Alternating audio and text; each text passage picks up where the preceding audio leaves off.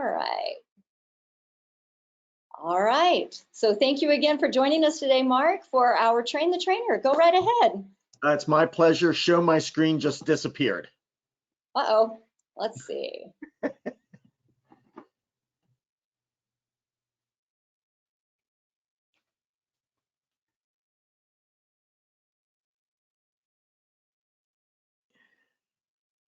Well, I'm looking on the side here to see if it's people can Whoops. see you. No one can see your screen. Click to start screen sharing. I just clicked. Okay. And there we so go. Now we got it. Yeah. All right. It's just still not coming up. We're seeing it. We're seeing whoop, nope, it just went away. Now we're seeing it. Okay. So I will go ahead and so the situation, the way things work, I've been asked to talk a little bit about RPR. So I am an RPR instructor. I have taught my agents, I've taught some other agents, etc. And so I wanted to go through a couple of different things. I'm not going to try and bludgeon you to death with a lot of stuff on this, but just out of curiosity, I'm just curious, how many of you use RPR? Anybody able to sing out and tell me? So you got about 4 people raising their hand. Out of how many? Out of 27. Okay. 5 people out of 27. Okay. So the ones that are not using RPR, you know, this is a little bit of a difficult way to go ahead and do the exchange here with hands, etc. But Jane, can you have any of them, if they want to raise their hand and tell me why they're not using RPR? Anybody? All right, Brenda, I'm going to unmute you. Oh, I don't want to talk to Brenda. Brenda, go right ahead. You got to unmute yourself on your side. Go ahead. Good afternoon, Mark. You look extremely scared there on that side of the desk. The reason I use RPR in one market and not the other is because the larger Knoxville MLS uses it, but the Great Smoky Mountains does not use it in their MLS. So it's very difficult. And in our market, we have to use both of those to do our CMAs. Okay. Both markets. All right. So, and that's one of the things that I will tell you is a little bit of a difficulty. Look, I'm a big RPR proponent. I am not, you know, but I'm also not going to sugarcoat things. A couple of problems there's some problems that I do find with RPR, and that's one of them. So to give you an idea, taking a look at some of the pros and cons. The cons that I see are some brokers or MLSs don't participate. So just like in your case, Brenda, you have one MLS that does and one MLS that doesn't. We had a situation here in Northern Virginia, and I don't know if Gail's on the call, but they had it also in Richmond, where one of the larger quote unquote local or regional brokerages would not share their information. So up in Northern Virginia, where I am, there was enough, there were enough transactions and things going on where everybody else did, where it wasn't a problem.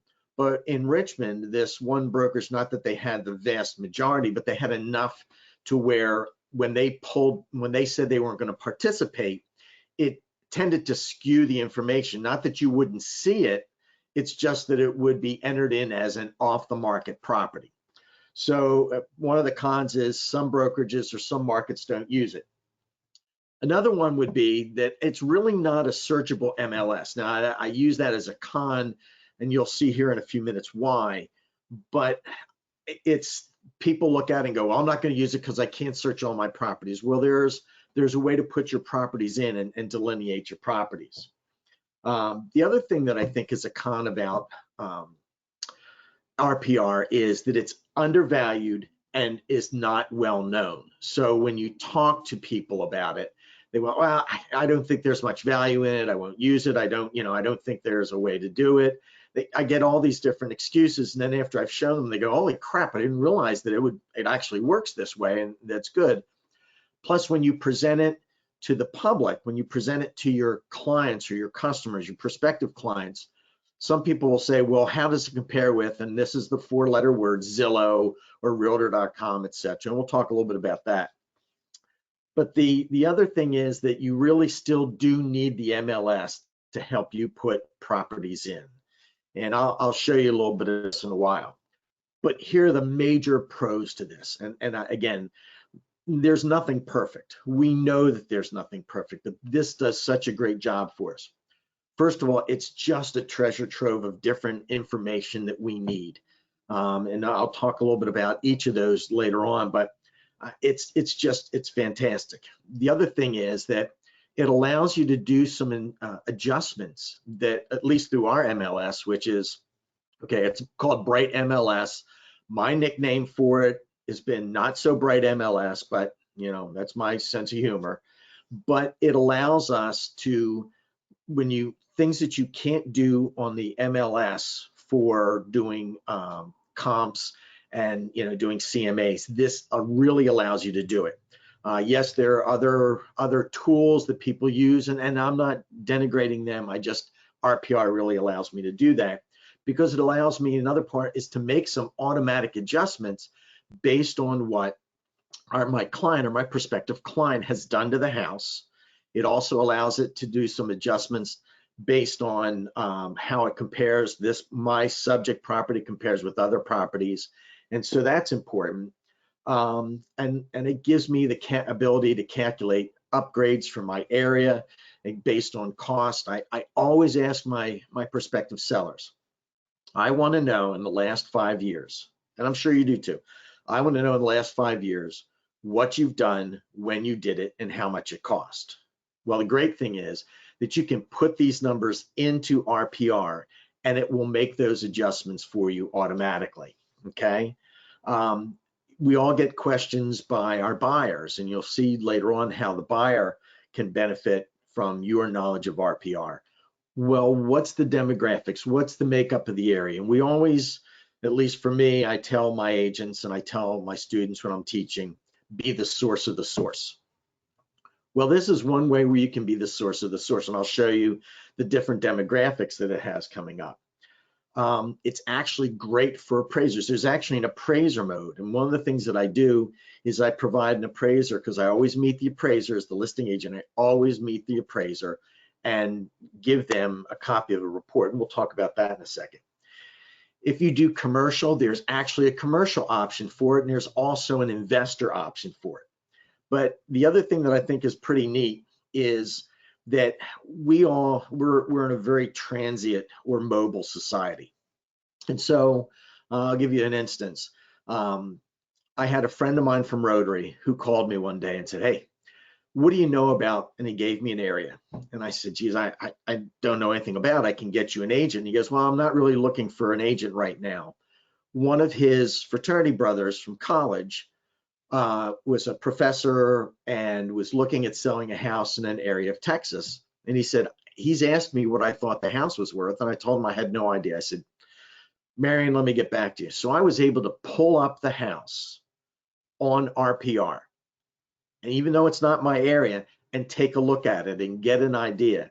And so there's just so much information on there that will allow you to do that. So one of the things that you can do is when you get somebody who wants a referral to an area, you can at least get an idea about the price of the house as we then talk to our compatriots here in Fathom, okay?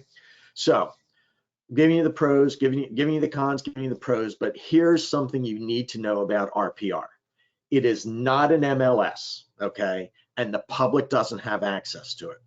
The only people that have access to it are realtors.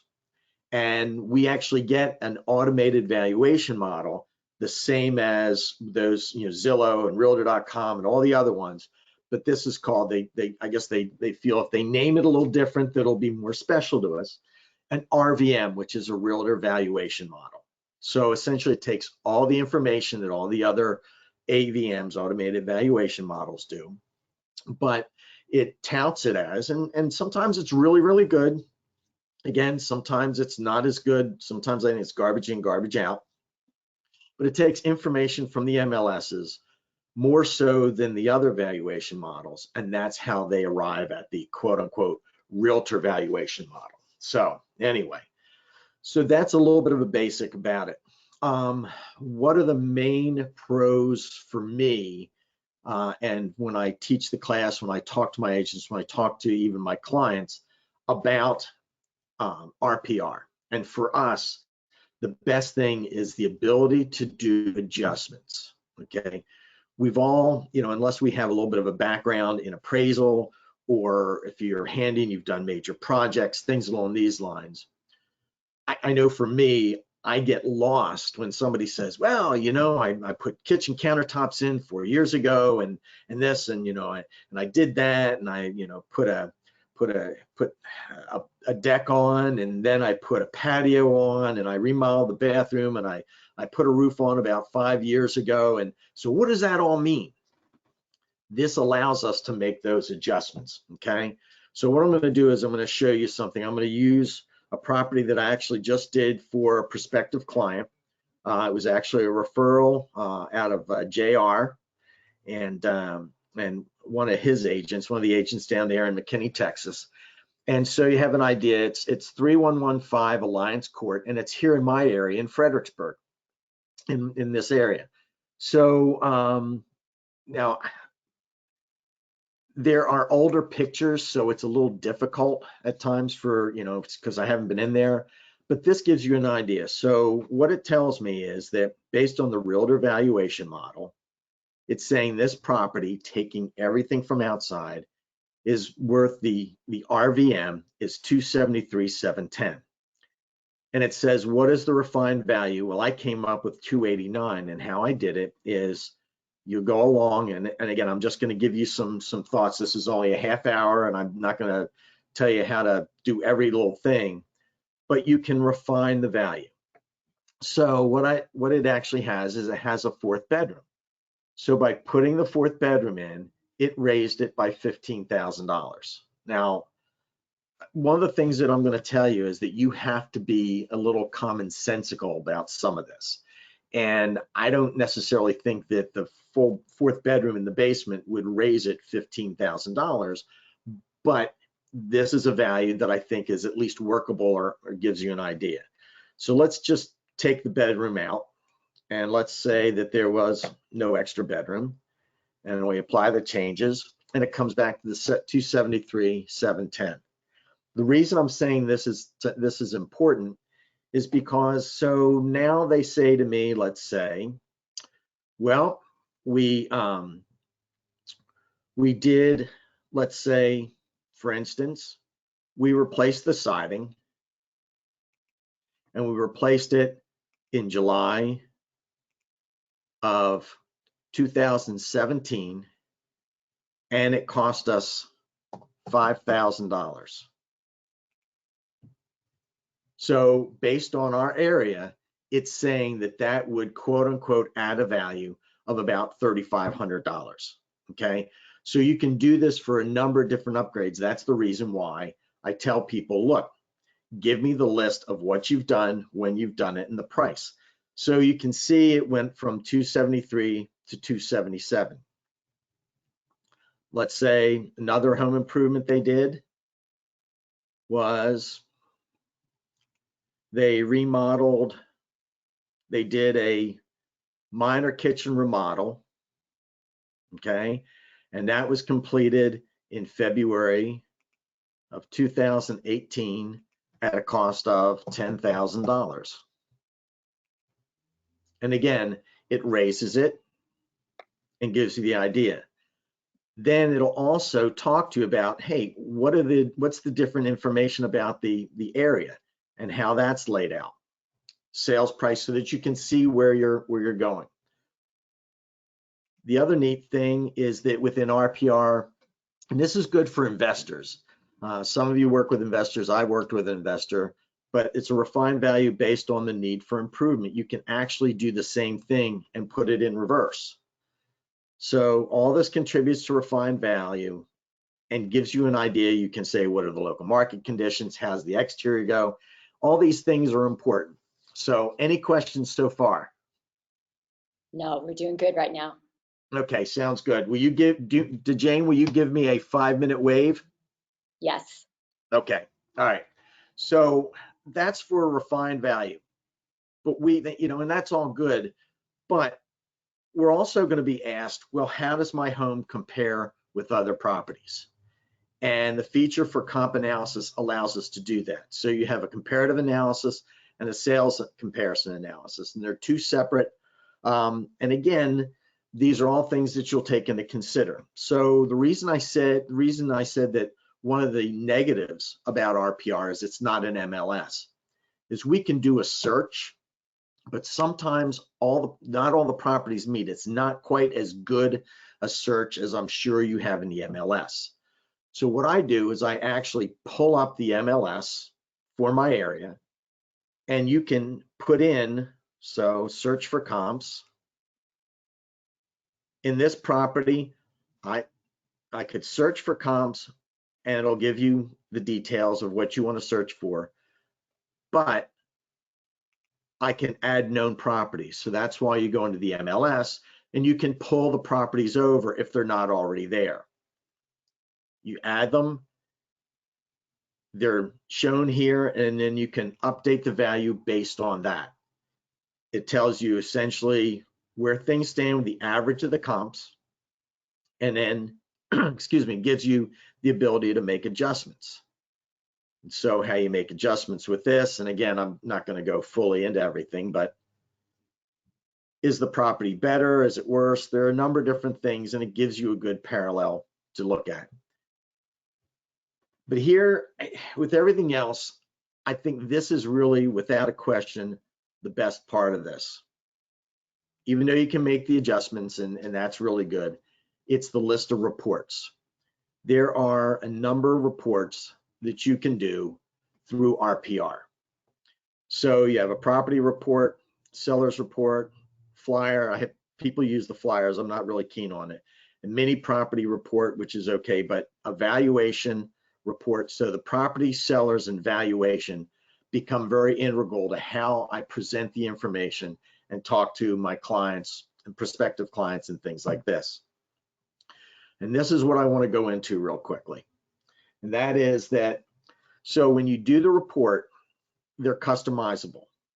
So let's say I'm going to do a property report. Now I already have one up here, but I can lay out all these different things are entered into the report. So property photos, historical, it'll allow me to show what my refined value is, what my comp analysis is, and how I adjusted it. Gives all this information. You can tailor it and either email it or download it. So just for instance, so when you do the report, I'm going to tell you that the best thing in the world is to tailor it to your audience, okay? Tailor it to your need. This is the reason being, is that the property report is pretty extensive and it gives demographics.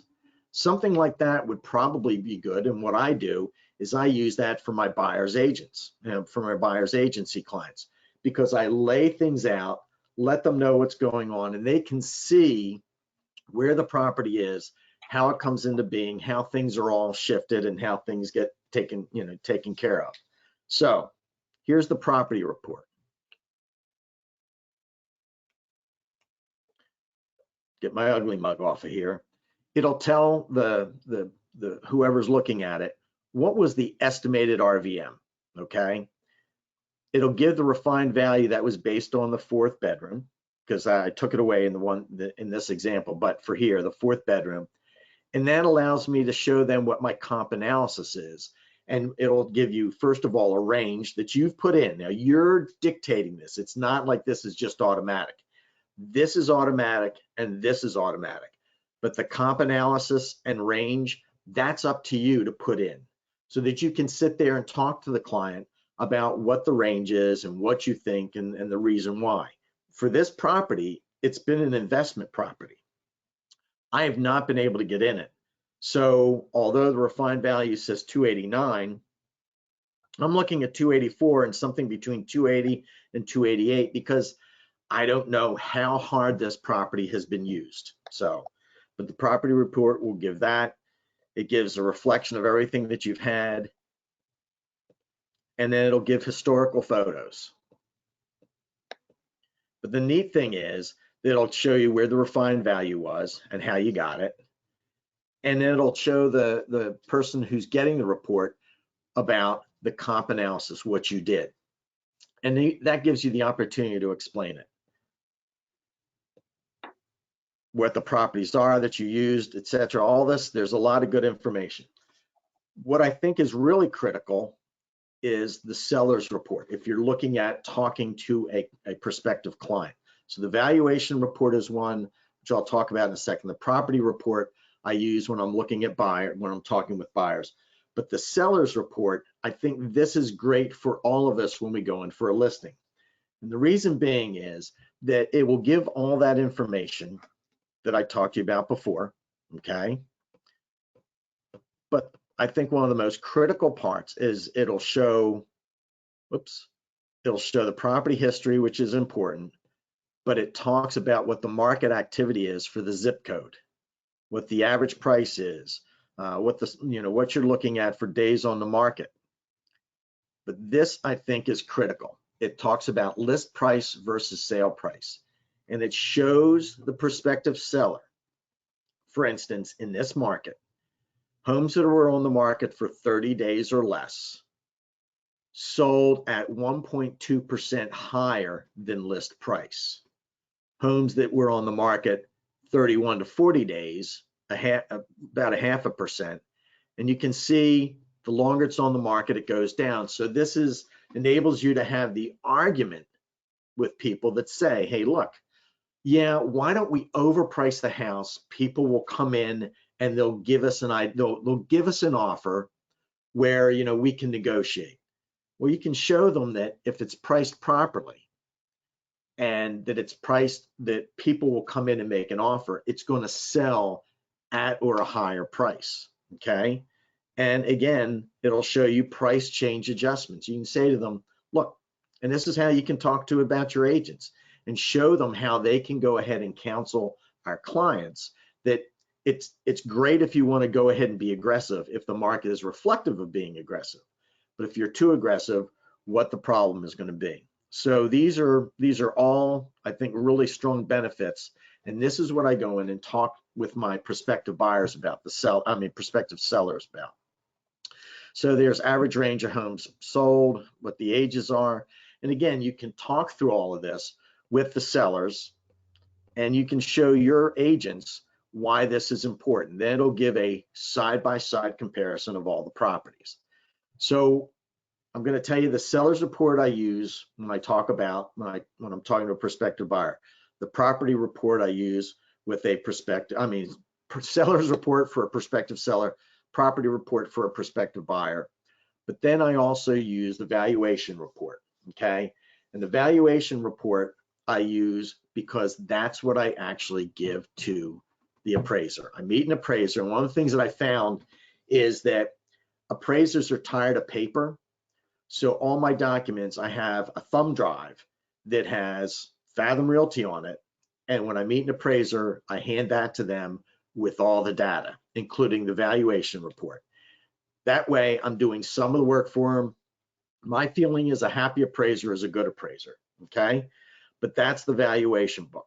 But here's a couple of things that are also neat.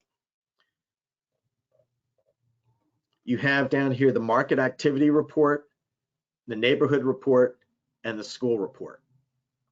So the market activity will actually be reflective of what the market is. So again, talking to sellers, talking to buyers, this gives you an idea. If somebody says, well, I'm looking at buying in this neighborhood, you can give them an idea of what the market is actually like. When they talk about neighborhood, because we always get questions. We always get questions about, what's going on in the neighborhood, what are the demographics. So for instance, I'll just run the neighborhood report for that property, and you'll get something that says neighborhood report is currently generating 2 minutes. So less than 2 minutes, we're going to get the report. But I will tell you, if you have a dog, that this is what's going to happen, is that when you run this report, you're going to get signaled that the report is available. And if you have a dog and if you have a doorbell, expect the dog to bark, because that's how it tells you the report's in. So when we do the market report, I mean, when we do the neighborhood report, it'll give demographics, et cetera, things like this. It's also, you can do reports based on schools. What I've always done is I put together that book in the listing with the market, the neighborhood, and the schools. So as you can see, I'm a really big proponent of RPR. I believe it is a great tool for us as DDs to be able to use it, to talk to our agents, to show them how they can use it. And there's plenty of online training. So as soon as this gives me a doorbell, I'll show you a little bit about the market report. But any questions so far? Yes, as a matter of fact, Ray. There we go. Ray, I'm going to unmute you so you can ask your question there. Hey, Ray. All right, Mark, go ahead, Ray. Yeah, my question is, the results you were showing there, can we filter those things other than just zip code? I mean, when you're talking about list price versus sale price, can you do things more specific to either neighborhoods or price ranges? You can do things for price ranges. The neighborhood, it's only reflective of within a zip code. Now, hold on one second. Things such as the market activity can be down to the neighborhood as well as to directed to the house, and also neighborhood report. So market activity and neighborhood report. The schools are per school, and that will be able to give you, a report based on the school that is within that where the home is located. But no, and that's I will tell you, I think part of the problem and the reason they can't do it is it depends. If we did, like the neighborhood I live in is a relatively small neighborhood. Well, because not that much comes on the market, that creates a problem. There's another neighborhood by us called Lake Ridge, which is huge in Montclair. You can drill down, and the vast majority of the homes in the zip code are in that area. So you can get reports based on a market location as opposed to zip code, but for the most part, it's going to be zip code. Great, thanks. Yep. Good info. Yep. Thanks, Ray. Anybody else? Yeah, Brenda had a comment there. Brenda, All right, I Brenda. just unmuted you. Hey, Hey, Mark, Brenda. it's me again. Just wanted to let you know that I need to dig deeper into the market analysis part of it. I use the MLS for that. So I'm going to try to start working, but the reports, the first 3 that you were talking about, I use those a lot when I can use the MLS. Yep. Oh, absolutely. And it is a good tie-in. Do you use the neighborhood report at all? No, I haven't really been using that one. So I'm going to look at that and see what I can come up with. So one of the things I like about the neighborhood report is, so for instance, here it'll give you the zip code, the county that the zip code is in, and then it takes a look at the state and national average. So median estimated home value in that zip code is almost 300,000. In Spotsylvania, almost 300. In Virginia, it's over, almost 325. But then in the US, it's lower. And so, that's the idea with that is we have a lot of people that come and go in this area. And I will never forget, it was a number of years ago, but I had somebody that wanted a 4-bedroom, 2.5-bath colonial home with 3 levels. And so when I told them what the price was, which I said at that time, the price probably was around $350, $360 for the area that they wanted. And they went, "Oh, you got to be kidding me. I just left Omaha, Nebraska." If anybody's from Nebraska, I think it's Alex, you're out there. Or I left such and such, or my cousin just bought a house in, in Goochland County, and he only paid such and such. You can show them what actually, what's reflective of the area. The other thing is median, price range of homes sold, but neighborhood people and statistics, what the population is, what the density is, education level, okay? Not only of the zip code that, but again, zip code, county, Virginia and the state, population, children by age group, okay? So a lot of people will say, well, are there a lot of kids? Well, you can show them in the zip code where that comes. And none of this is going to be counter to fair housing. And you become the source of the source with this because, hey, this is straight from, the National Association of Realtors database, okay? It even comes down to presidential voting pattern, but it gives economic stats for the neighborhood, for the zip code, quality of life stats, okay? Days of full sun, even down to water and weather quality. So this is a good resource for you to be able to have to give people the information that they are asking for, and even with the schools reports. Any other questions? No, that's all we've got right now. All right. So the final thing I just want to tell you is that unlike really with Zillow and some of the other places where you have to almost dig to find out how the data is arrived at and what it is, because you're going to get asked by your agents, well, how do I know this is good? Well, why is this any better than? It will give you in the report for our clients and also for us, and it's very easily available within RPR. What about RPR? Why the data? It talks about the data and how quickly it's updated. I don't know about you guys, but one of the things that drives me crazy with my buyers and my tenant agents my buyer and my tenant clients is this. They'll look at the MLS and a house will go off the market. And then they'll call me and go, hey, I'd like to go see 123 Maple Street. And you go, look, Butch, Jen, we just looked at this and it's off the market. Well, it's on Zillow, or I saw it on Redfin, or I saw it on Realtor.com. And so you have to explain that to them why that there's a lag time. We can talk about how quickly the MLS is updated, but this will also talk about on the reports how quickly and often our data within RPR is updated, so that again, when our prospective seller says, well, I saw my property is worth such and such, you can go in and lay everything out for them. Okay, Jane, any questions? No, we're doing good. Okay, how much longer do I have? We are at time, so whenever you are ready to Okay. wrap up. Yeah. Well, I am ready to wrap up. Any questions or anything that anybody wants to ask, you can ask me offline. You can do it through Rocket Chat. I will be honest to Jane, I will be honest with you, I'm not on Rocket Chat that much as I should be, okay? But you guys can, get me on Rocket Chat when you see me there. You can email me, mworrilow@fathomrealty.com, or, you have my phone number. So if there are any questions that you have, or if you'd like me to talk to your agents, I'm more than happy to do that. That's awesome. And Mark, what's the best way for any of the district directors or an agent to access RPR? Would it be going to the NAR website, or? So you have to sign up, and what you have to do is go to narrpr.com, narrpr.com.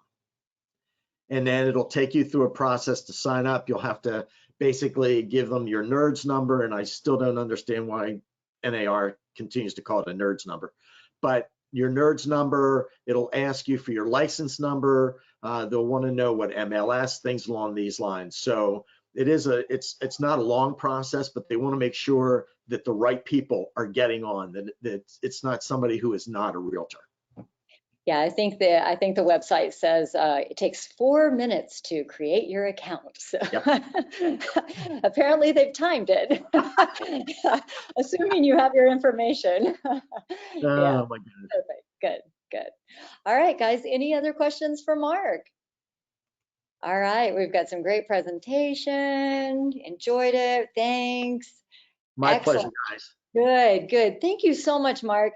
And guys, we will have the recording posted on Fathom Wiki under the Train the Trainer section. And this is just such good information that you can carry back to your agents. You could also do this by way of a mastermind or a roundtable in your market with non-Fathom agents as well. So anything like that, if you've got further questions, feel free to reach out to Mark. he'll be a fantastic resource on this. So again, thank you so much, Mark. Really, really appreciate your time and sharing your expertise on this. My pleasure. Thanks, guys. Awesome. Thank you, guys. Thanks for your time. Have a great afternoon. Enjoy the rest of your week. Bye, guys.